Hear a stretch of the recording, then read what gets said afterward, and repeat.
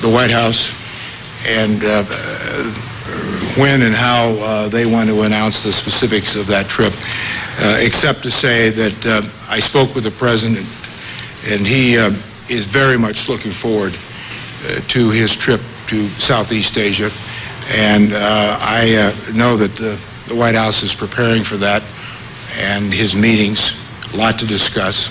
So again, I'll leave that to the White House on the specifics. Second, regarding China, the Defense Minister of China attended the ASEAN Plus meeting in Brunei the last 2 days. He was in Washington about 10 days ago. I spent most of the day with him and many of his senior military leaders. I think clearly, as it was indicated to me, that and the Chinese have said this, and I don't speak for the Chinese government, but they clearly understand, like we all do, that this world is interconnected, and all powers must develop relationships and get along with each other for their own economic development, for stability, security, peace.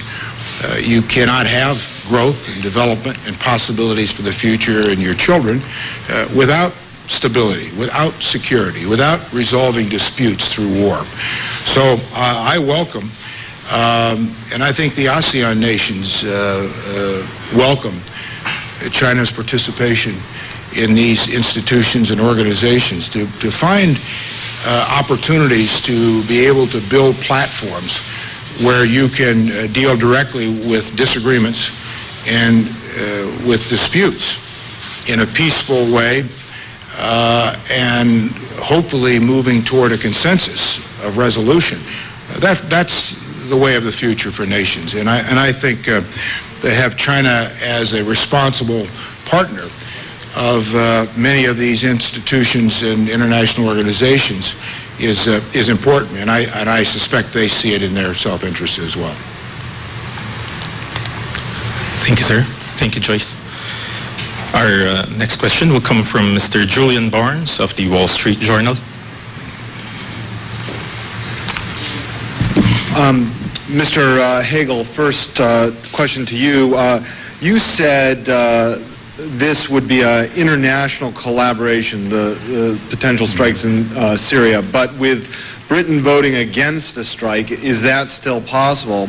And also, given the British position, do you have a sense that Congress, congressional support for action remains strong? Did you convince them in your call with congressional leaders today? And to Secretary Gazmin, with the discussions of a rotational U.S. presence in the Philippines, are you open to a return to Subic Bay, or would you like to see the U.S. forces in a more remote location? Thanks. Thank you, Julian. Let me take the British piece of the question first. First, every nation has a responsibility to make their own decisions, and we respect that of any nation. We are continuing to consult with the British, as we are with all of our allies and partners, and that consultation includes ways forward together on a response to this chemical weapons attack in Syria. As to, and I might add one additional piece of the British decision, which I have not seen the specifics of. I'm aware of the vote. The British have been very strong in condemning the Syrian regime's use of chemical weapons. And that vote in the Parliament doesn't change that. And that's a very significant position for any nation to take publicly. We'll continue to work with Britain and consult with Britain as we are with all our allies. As to an international effort and collaboration, it is the goal of President Obama and our government to whatever decision is taken, that it be an international collaboration and effort. I don't know of many responsible governments around the world, if any, that have not spoken out in violent opposition to use of chemical weapons on innocent people. It violates the very base humanitarian standard of human conduct and government's behavior. I don't think there's any question about that. There are other questions and legitimate questions. So our approach is to continue to find an international coalition that will act together. And I think you're seeing a number of countries say publicly, state their position on the use of chemical weapons. We'll continue to consult with our allies and our partners and friends on this. As to your question on the Congress, I did participate with some senior members of the Obama administration this morning on an hour-and-a-half conference call with a number of both House and Senate Republican and Democrat leaders on Syria.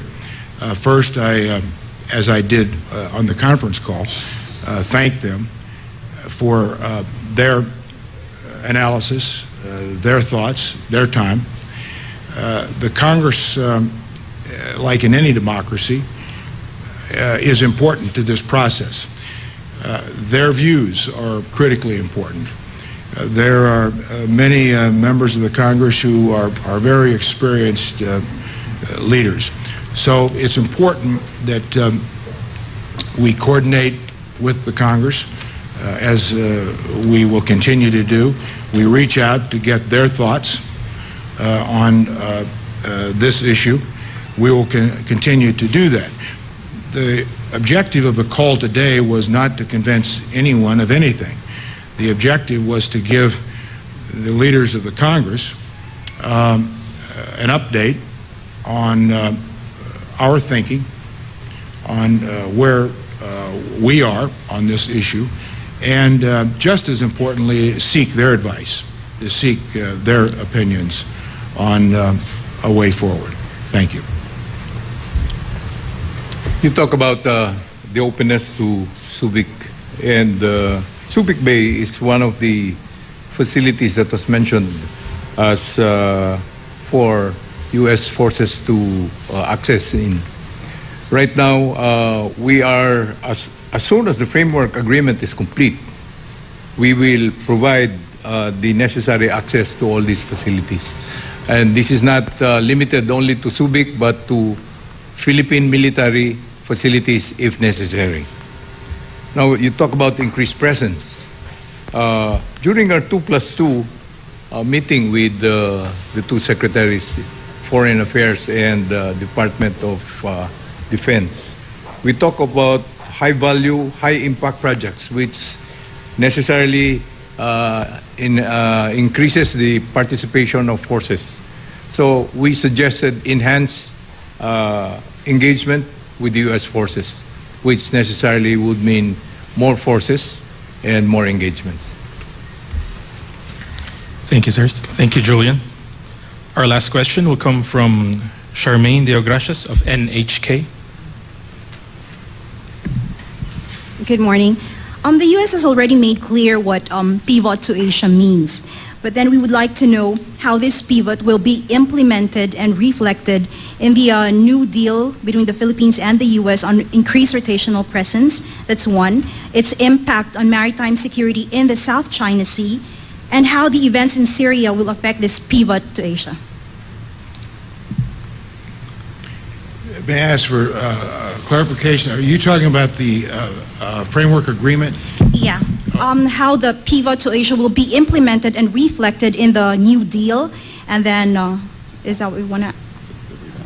Yeah, the rebalancing. All right, if we want to rephrase it. That's what- Sorry, it's more pivot to us. I got you. Okay. Well, first, where the United States begins here is full recognition of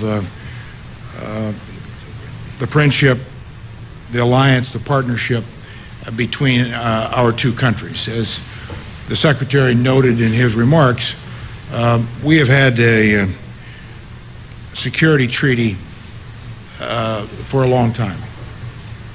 And we respect the Philippines' sovereignty and making their own decisions their own way for their own reasons.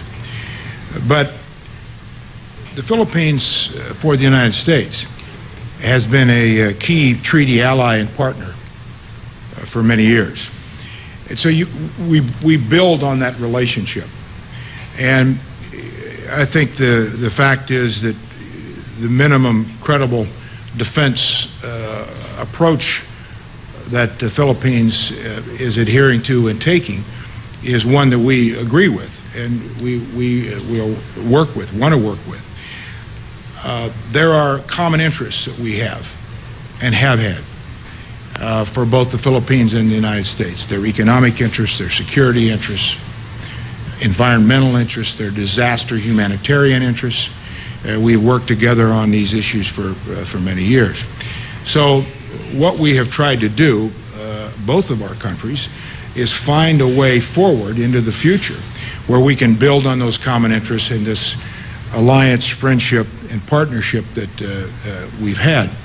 And the approach that you specifically referred to, the rotational approach that I noted in my comments, which is the approach that we are currently using in Singapore, Australia, I think is one that is in the interest, certainly of the United States.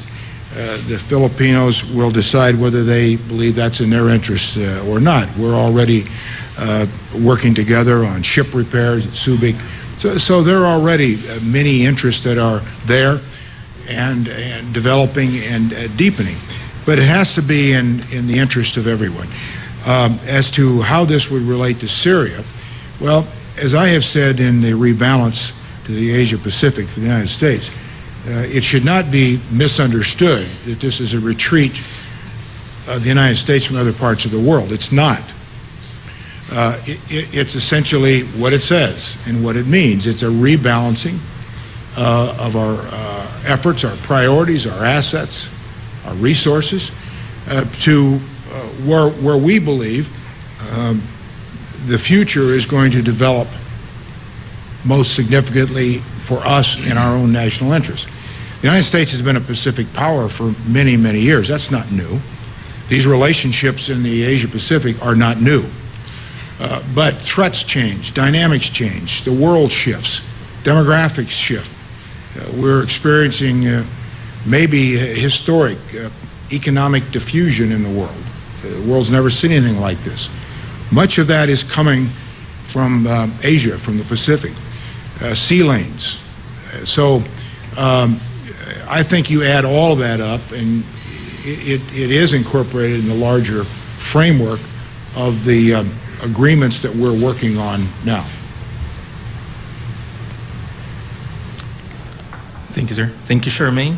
Yan po mga that kapuso concludes our ang press conference nagpapatuloy na for this press morning. Thank you very much conference for ni your US Defense Secretary Chuck Hagel at ng ating Defense Secretary Walter Guzmin sa Malacañang nga po kung saan nag-courtesy call po ang US Defense Secretary kay Pangulong Aquino. At sa kanilang press conference, iginiit ng US Defense Department na kinikilala nila ang kanilang pakikipag-alliance o pakikipag-sanib puwersa sa Pilipinas at gayon din ay kinikilala rin naman daw nila ang tinatawag nilang Philippine sovereignty. Pero sabi nga nila na sa mga nakaraang taon ay naging key ally or partner ang Pilipinas at naniniwala nga sila na dapat lang ipagpatuloy ang magandang relasyon ng Pilipinas at ng Amerika. Sinabi rin po ni Philippine Defense Secretary Voltaire Gazmin na handa naman daw silang buksan ang ating iba't ibang resources para makipagtulungan sa pagitan ng ating armed forces pati na rin ng US Armed Forces.